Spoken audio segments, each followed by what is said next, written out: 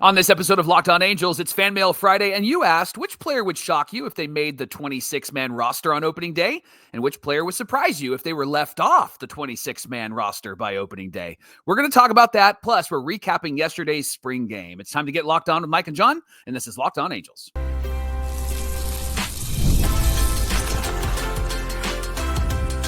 You are Locked On Angels, your daily Los Angeles Angels podcast. Part of the Locked On Podcast Network, your team every day. Thanks for making Locked On Angels your first listen of the day. You can find us anywhere you get your podcast, including Apple Podcasts, Spotify, and SiriusXM by searching Locked On Angels. And if you'd like to get back to the Super Halo Bros for all the Super Halo content, here's some things that you can do. Leave us a rate and a review on Apple Podcast. If you're watching on YouTube, hit that thumbs up button. And if you're not subscribed already, please subscribe and help us to get to 10K by opening day. And whether you're watching or listening, come over to YouTube, leave a comment. It's one of the best ways to get in touch with us and be a part of the conversation. And this episode of Locked On Angels is brought to you by our friends at FanDuel. Right now, FanDuel is offering new customers $150 in bonus bets if your first $5 bet wins. Just download the app or head to their website, FanDuel.com, to get started. Happy Friday to you, and thanks for being here for this episode of Locked On Angels, where it's your team every day. You've got the Frisch Brothers here with you, a.k.a. the Super Halo Bros. My name is John, and that's my brother Mike. And my name is Mike, and that's my brother John. Hey, it's our fourth season here as the host of Locked On Angels, talking Angels baseball with you Monday through Friday, every single weekday, 5 days a week, however you want to say it. We're having our first Fan Mail Friday of the spring, and we got some great questions lined up from our everydayers that we're looking forward to getting into. But first, Mike, we had some news coming out of spring training. We had some interesting performances come out of spring training. So let's talk about those stats and numbers and all that stuff from yesterday's game. Yeah, before the game, we got word from Ron Washington, who had been sick, John. He missed the last couple of games, so it's good to have him back. He said that Zach Neto will not be ready by opening day. Not a surprise, but Wash did say that the Angels are focusing on him coming back soon after opening day. His quote was, soon after, could be a week after, it could be 2 weeks after, it could be a month after, but there was some conversation about potentially April being when Zach Neto comes back. He's already throwing, which is great. That's exciting to see. So this is good news either way. It sounds like he's progressing really well. Neto said that his goal is to get back as quick as possible and as healthy as possible for the short term and the long term. And on that note, Johnny, there are three guys that the Angels are looking at right now that could potentially fill in that spot right now for Zach Neto: Scott Kingery, Tim Anderson, and of course, J.D. Davis. And something to note about Kingery is that he is on the 40-man roster, while Anderson and Davis are non-roster invitees to spring. So that's something to pay attention to. It'd be easy for them to just give Kingery an opportunity on opening day and not have to make any roster moves. But if they bring Anderson or Davis onto the 40-man roster, they're going to have to DFA Jose Suarez in order to do that. So I'm just saying that every time, man. I'm saying that every time. They're going to have to DFA somebody, Jose Suarez. They're going to have to DFA somebody to bring them on that 26-man roster, the 40-man roster total. Yeah, they haven't made a move yet with Zach Neto regarding the injured list, and he certainly wouldn't be on the 60-day because that's 2 months. You don't want to do that. Yeah. And then the 10-day, you don't get to replace him with a non-roster person. It has to be somebody on their 40-man. So, yeah, interesting stuff, Mike. And on that note about Kingery, Davis, and Anderson, they were all in the lineup against the Cubs yesterday, which ended up being a tie game. We'll talk about how that one ended. But they were all in the lineup, so we paid special attention to how they performed yesterday. We'll also talk about Caden Dana, how he got the start on this one. There was a lot of good Cubs in this lineup, including Angel Killer, Kyle Tucker. So it was most of their regulars in the lineup for the Cubs. So some good competition for Caden Dana. And since the infield mix of Scott Kingery, J.D. Davis, and Anderson is top of mind, considering what's going on with Zach Neto, let's talk about how each of them did. Why don't you start with Tim Anderson? Yeah, Tim Anderson, top of the first. He gets his first hit of spring training. John, a solo home run to deep left field. And it was great to see him pull the ball. Great to see him get some lift off the bat. And great to see him show at least in one home run, show some power, because that guy really hadn't had much power the last couple of years with his injuries, being hurt, obviously leg stuff, hip stuff. Top of the third, Tim Anderson had a good at-bat. He went from 0-2 to 2-2. He was fighting pitches off. He did end up striking out on a really good changeup. And then top five, Anderson was up 3-0, 3 balls, no strikes. It went to a 3-2 pitch, and he drew a walk, and he ended the day 1 for 2 with a home run, a walk, and a strikeout. Yeah, and then Scott Kingery led the game off in the top of the first with a strikeout. Top of the second, he had runners on the corners, 2 outs, and had a lazy fly out to Kyle Tucker and right. It was the opposite way. And then bottom of the second, Mike, he made a great play from shortstop. Dansby Swanson was up, hit it real hard to shortstop, and then Kingery was Jeter-esque. He was on the grass, picks it up, does the jump throw, and gets Dansby Swanson out. Not a great day at the plate for Scott Kingery, but he did display some good defense. Yeah, J.D. Davis was in this game as well. Top of the second, Lugo and Rada have singles, and then J.D. Davis grounds out to short. But Rada, super fast, John. Love this guy. He was safe at second, and Davis was safe at first. Davis did end up with 2 strikeouts, 0 for 3 on the day. So, John, out of those 3 guys, who's impressed you the most, and who do you think has impressed the Angels the most? Man, I gotta give it up to Kingery. I did not have a lot of faith coming into this season because it always felt like, it was kind of a retread sort of thing with Kingery, the Angels. Now, don't get me wrong. I like that the Angels did get somebody who, had a track record of, top prospect, just wasn't working out with the Philly system. And I understand that aspect of it, but it feels like they've done that before. Mickey Moniak is kind of that guy. And obviously Moniak's had some positive seasons here and there, or some positive parts of the season here and there. Yeah. So I was just worried about Kingery. I really didn't know much about him, but seeing him in this game and the games he's been in so far, been impressed by him. I know he didn't have a great day at the plate, but I don't think they're looking for Kingery to be super fantastic Mike Trout at the plate. I think they're looking for him to be able to be versatile, play all over, look great at shortstop yesterday. So I'm not going to take that away from him. What about you? I was wondering, J.D. Davis hasn't got it together yet, has he? Right. My depth chart right now is Kingery, Anderson, and J.D. Davis. That's the way I would look at it. Yeah. And I think Kingery has really impressed. Now, I know that there's major league talent with the other 2 guys, Anderson and Davis. Anderson hitting the home run. That's exciting, right?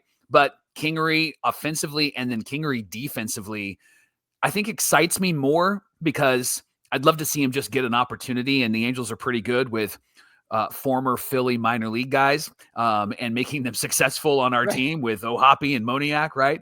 And so I think that I've said it on the show, so have you. I think that Kingery is probably the guy that they're going to keep and hold on to.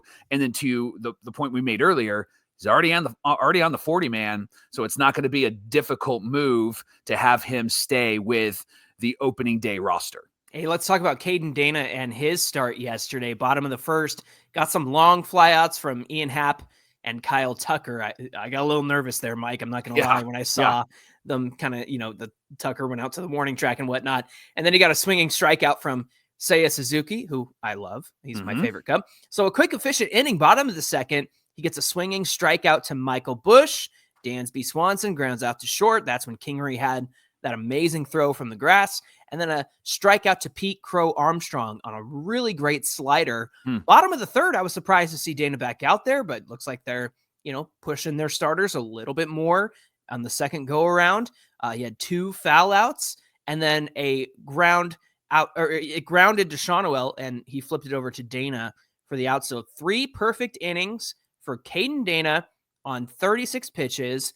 Sister Swilly Sports was live and in person for this one. She said he was touching 95 on the fastball. And then, of course, just some of the breaking stuff he threw yesterday was pretty nasty, I got to say. So that was exciting to see from Caden Dana. Yeah, bottom 4, Hans Kraus comes in, 1-2-3 inning. He got Ian Happ on a fly out, and he struck out Kyle Tucker and Seiya Suzuki. And then John Michael Darrell Hicks came in again and struggling. 3 hits, 2 earned in an inning. Jose Fermin was good again, gave up a hit, but also struck out a guy, Ryan Castillo, a hit, 1 inning pitched. And then Austin Gordon was the 4th round pick of the Angels. He struggled and surrendered the lead. But then, John, the top of the 9th happened, and That was fun to watch, right? Yeah, I looked up and went, wait a second, we're we're back in this one? Because, it's the end of the game. I was taking notes on this and just thought, that's got to be it.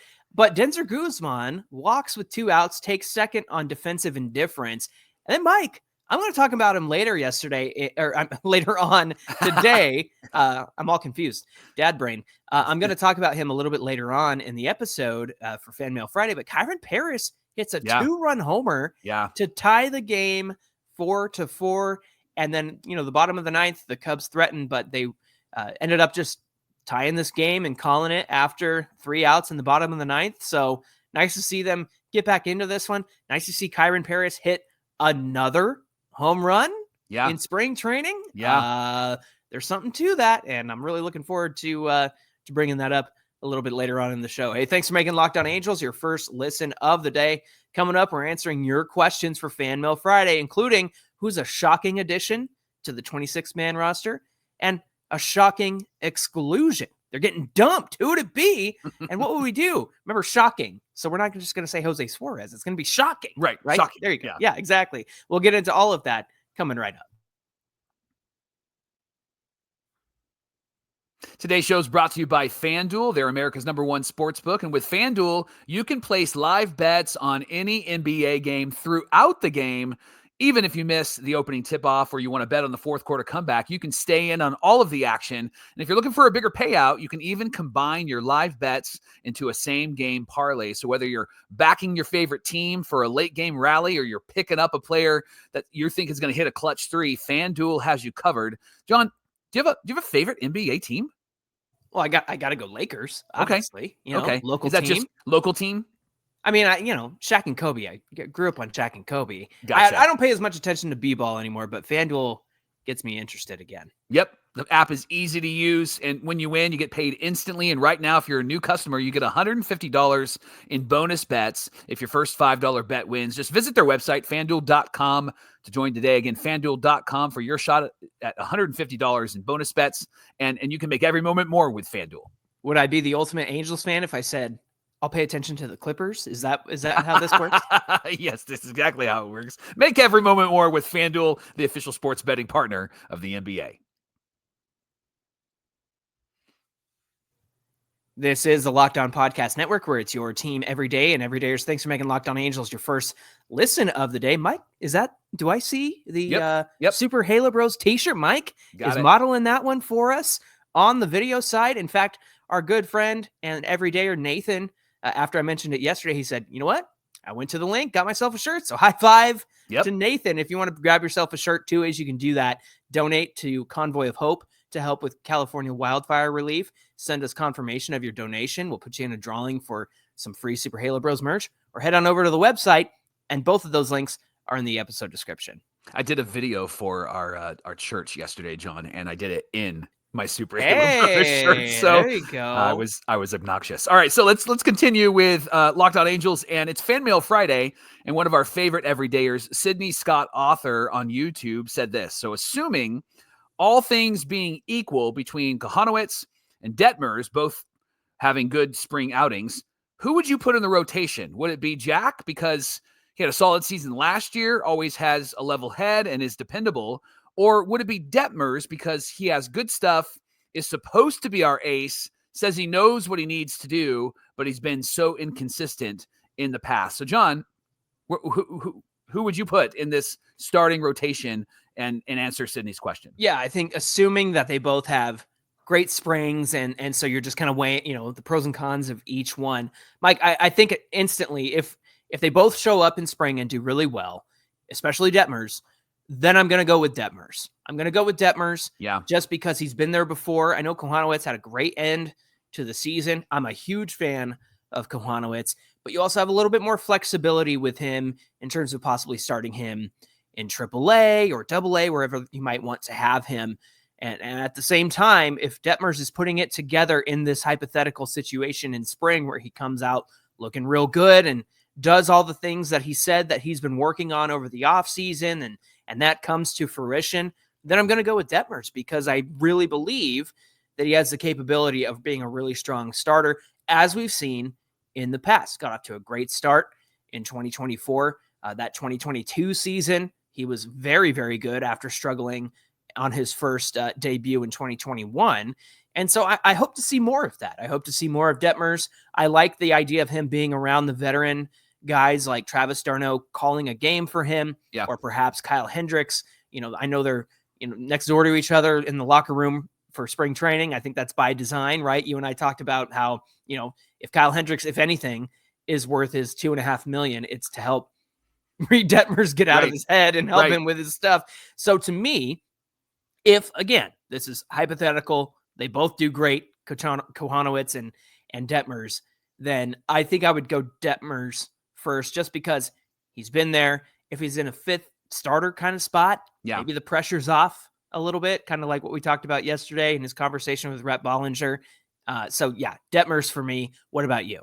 Detmers for me, because you have the luxury of having Kochanowicz in the minor leagues, working through some things. I know he impressed last year, already doing well this spring. And that's so you really have that point. You have that luxury, right? And with Detmers, you really don't have that luxury, because he's the guy who's supposed to be in the starting rotation. Kochanowicz isn't supposed to be there. Right. And so I think this is the year where you go, all right, Reed, we're going to give you all the opportunity to figure it out. But they also know, and he also knows, that they're going to be quick on pulling the trigger on him if he's struggling and sending him to the minor leagues. And then Kochanowicz comes up. And if I'm Reed Detmers, I'm a bit nervous about that, because Kochanowicz, when he comes up, he could end up just taking that spot in the rotation and not even being the fifth starter, John. I think Kochanowicz right now could move up and be the third starter in this rotation, based upon his development and his willingness to learn and know what he needs to work on, and then actually putting into practice the things he needs to work on, and you see it performance-wise on the field. You made a good point about development for Kochanowicz and spending some time in the minor leagues, perhaps to work on that strikeout rate, get that ramped up a little bit, and try to, induce a couple more Ks. You know me, I'm not going to criticize somebody who can get through 7 innings on 80 pitches, right? Which is something that he is perfectly capable of doing. At the same time, you want a strikeout in your game. You want to be able to have that weapon. And, I know he was sick, and so he didn't get to start yesterday, but his first start that he got a couple of strikeouts, Mike, in 2 innings. So I think that there's a lot to like about Kochanowicz. But if, in Sydney's scenario here, it's Detmers for me in the major leagues to start the year, Kochanowicz in the minors, hopefully ramping up on that strikeout rate. Let's go to a question that we've been hanging on to for a little bit, but I wanted to get to it. Steve G and Everydayer on YouTube always is complimentary, always brings up good talking points, and it always participates in the conversation. So shout out to Steve G. He said, do you feel the take on Detmers would be the same had he never thrown his no-hitter? I think that's a really great question. Do you want to take this one, or should I start? Yeah, why don't you start us? Okay. So for me personally, and this is for Steve, the no-hitter has never really been a talking point for me personally. I know a lot of people go, man, Detmers threw a no-hitter. What's wrong with him? Well, when you think about that no-hitter, it was a lot of the things that Detmers doesn't always do. It was a lot of ground balls. It was a lot of easy flyouts. But Mike, here's the thing. Detmers has the nasty stuff to be a high strikeout guy. And he has been a high strikeout guy. It's just how efficient he's been. He's induced a lot of walks. He's given up a lot of walks. He throws a lot of pitches in a short amount of time. That's been the biggest struggle for him. He gives up the home run every now and then. So for me, it's never been about that no-hitter. What it's really been for me is the hype around how good his pitches are, especially the slider. Fangraphs has his slider rated at a 121 stuff plus. So, you know how sometimes we talk about OPS plus or WRC plus or ERA plus and hundreds league average, and anything above that is a percentage above or below, right? So 121 stuff plus means his slider is 21% better than the league average slider. Mike, that puts him top 20 in MLB pitchers with at least 80 innings pitched based on their slider. And so, you know, at the top of that list is somebody like Corbin Burns, and not very far down from that is Reed Detmers. Mike, I also think it's a matter of him being 25 years old. He's not going to be a free agent until after 2028. So that gives them 4 years with Detmers before, you know, I mean, they're in arbitration now, but they got time to decide, like, hey, do we want to keep this guy around after that? And so for me, again, it doesn't go back to that no-hitter. It's more about, this is a really young guy who was first pick in 2020. You go back and watch his college stuff. I saw a tweet from Pitching Ninja back when Reed Detmers was in college. It wasn't like a flashback or a throwback tweet. It was an actual tweet from while Reed was still in college, and Pitching Ninja was like, man, watch out for this guy. He's going to be real good. And he was doing that thing he does with the curveball where it looks like it's coming for your face, and then it bends into the strike zone on the lefty hitter. And so there's just so much to like about Detmers. I trust the people who believe in Detmers. They're people whose opinions I respect. You mentioned them yesterday, like Jared Timms and Taylor Blake Ward, Lockdown Angels Hall of Famer. So for me, again, it comes back to Detmers has the tools. He just doesn't know how to put the table together. You know what I mean? He's got the hammer and the nails and the wood sander and all that. Somebody's just got to show him how to put it all together. And they have a lot of time to make that happen. What about you and this question? Is it the no-hitter for you, or is it something else? No-hitters are incredible, but even mediocre players have accomplished that. And so let me give you a couple of examples. Eric Milton, 89 and 85 in his career with a 4.99 ERA, threw a no-hitter with the Twins. Philip Humber, 16 and 23, 8-year career, 5.31 ERA. Philip, I haven't thought of that name in forever. Right, threw a no-hitter with the Yanks. Chris Heston, 13 and 13 in 4 years, 4.55 ERA, threw a no-hitter with the Giants. The point is that no-hitters catch your attention, but makeup and stuff, they keep your attention. And I think the reason why the narrative around Reed Detmers is, man, this guy could be good, this guy has so much potential, is because of his makeup and because of his stuff. Say that point. Dude, that was like a washism right there. Say that again. Just hammer it home for me. Come on. No-hitters can catch your attention, but makeup and stuff, they keep your attention. Oh, and I think with Reed Detmers, he's somebody that has all of the skill, and we want him to have the will. He just has to put both of those things together. And the no-hitter, if he didn't throw the no-hitter, we'd still be talking about Reed the way that we're talking about Reed, simply because of what he's shown us, the glimpses that he's shown us, including the no-hitter, right? Including what he did. You brought up a great point that it wasn't natural to Reed and how he accomplished that no-hitter. But that also, I think, is a good sign for the future that Reed can pivot and adjust and be successful in games by not just striking people out. If he's not doing well there, he can get the ground balls.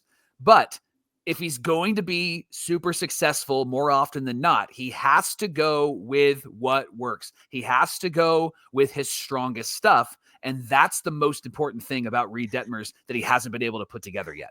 I just had a light bulb moment, and I love to pile on Matt Wise. Bro, let me just tell you, I knew exactly what you were going to say as soon as you started smiling. Yeah. Because he got the ground balls in the no-hitter, and right.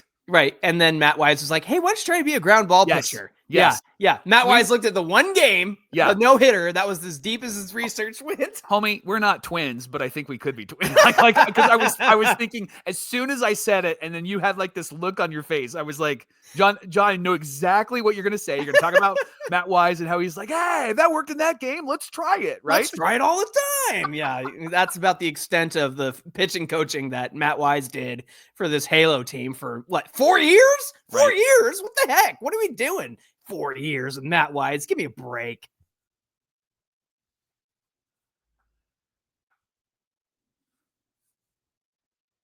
Continuing with Fanmail Friday, John Josie Tran on YouTube had a great question. Who do you think will be the surprise high-performing player during spring training? And who will be the shocking add to the 25-man roster, and vice versa? Who will be the controversial player left off? I said 26-man roster, and who will be the guy left off? Here's a quick side note. Yes, I was going to say. Can we say that? So obviously we're recording this, and so I did the opening, and I said 25-man roster. And if you're on the audio side, John did this. He just shook his head at me and was like, "No, Mike, you said it wrong." And then I just did it again. 26-man roster. So who's going to be the shocking add? And who would you be shocked if they weren't on the 26-man roster? on opening day? This was a great question and really tough. And so I also want to throw this wrinkle into the mix before I answer. By my count, and I was on roster resource looking at the Angels 40-man and who would potentially be on the 26-man, it does seem like the Angels are at 24 if Neto starts the season on the 10-day IL. And so that does leave 2 spots. So 2 guys potentially from the 40-man could make the team, but also they could DFA somebody and add Tim Anderson or JD Davis or some non-roster invitee to the team as well. The shocking add to the 26-man, Mike, is it all that shocking that I'm going to go with Kyron Paris? What if with all the talk between between Kingery and Tyler or Tim Anderson and JD Davis, what if it ends up being Kyron Paris who gets the job because he showed up and showed out so far in spring? Also, I'd like to see him get some reps against major league quality pitching just to really ensure that, hey, those swing changes that he's made, the Aaron Judge swing that JCH every day was telling us, hey, you got to teach him that. You got to teach him that. So he is on the 40-man roster. So that's sort of an uncomplicated route. You just add him to the 26-man to start the season.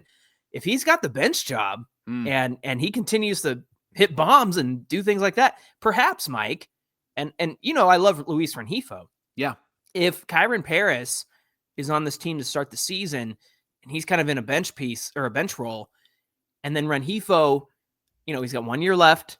Maybe they deal him at the deadline. Yeah. I have been an advocate of extending Rengifo, but perhaps if Kyron Paris has a good first half, they feel a little bit better about moving Rengifo or making a decision on him if Kyron Paris shows up and makes the 26-man roster. So that's my shocking addition to the 26-man.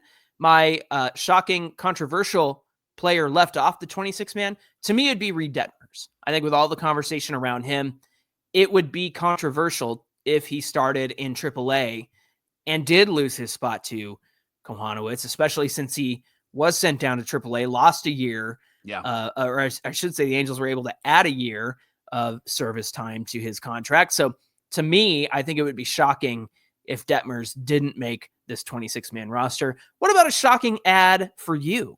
It's not going to sound shocking until I explain it, but okay.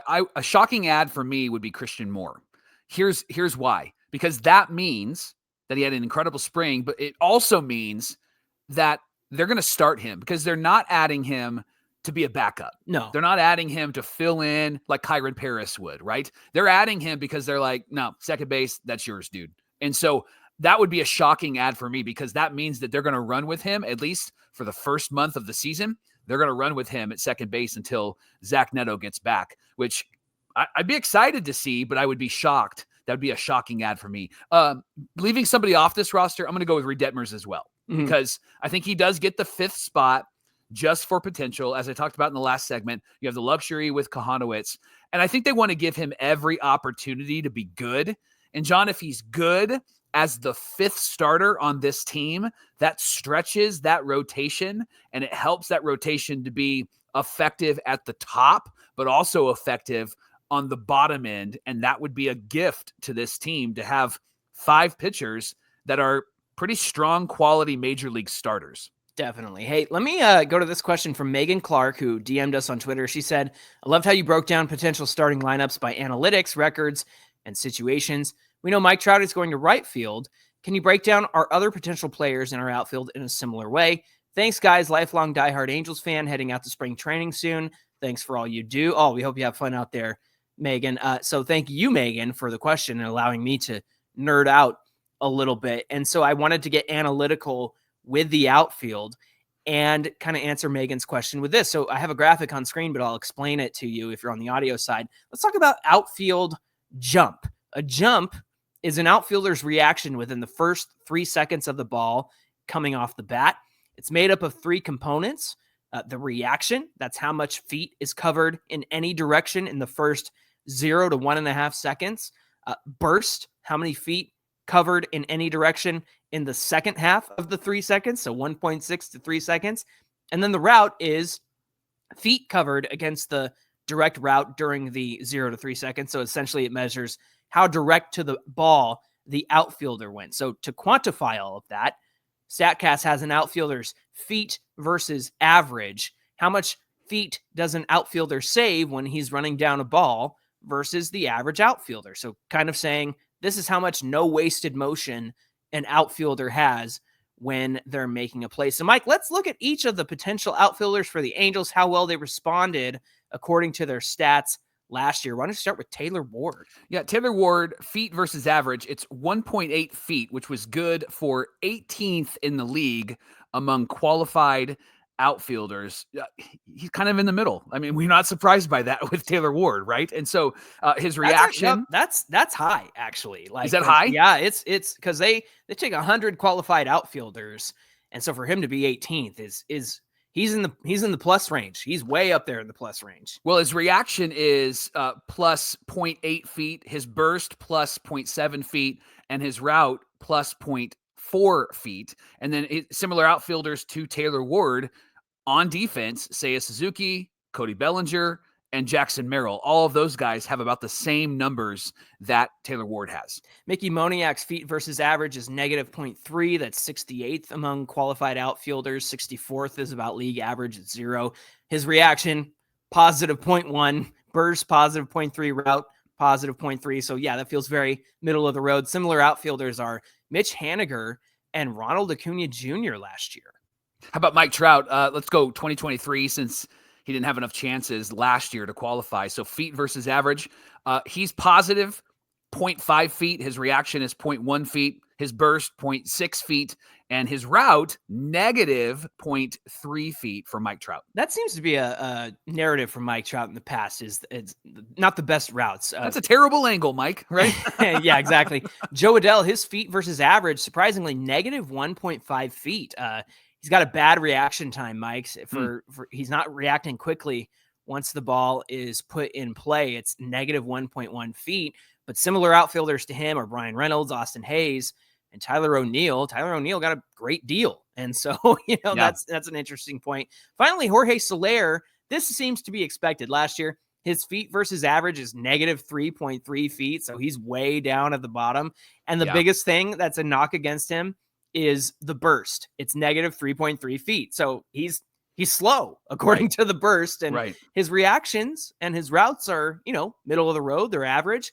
And what's funny is you think about how big he is. Well, similar outfielders to Jorge Soler are Aaron Judge and Yordan Alvarez and even Jesse Winker. So Judge and Alvarez are huge dudes, and so is Soler as well. So we hope that answers your question, Megan, on just like kind of giving you an analytical look at some of these guys. Hey, thanks for making Locked On Angels your first listen of the day. Now for your second listen, you can check out Locked On MLB with our friend Sully. You can find his show on YouTube or wherever you listen to podcasts. Hey, give us a follow at Locked On Angels on Twitter and at Super Halo Bros on Twitter and Instagram. Whether you're watching or listening, come on over to YouTube, find today's show, get in the comment section, hit that subscribe button, help us get to 10K by opening day. Mike, what do we have on deck on Monday's show?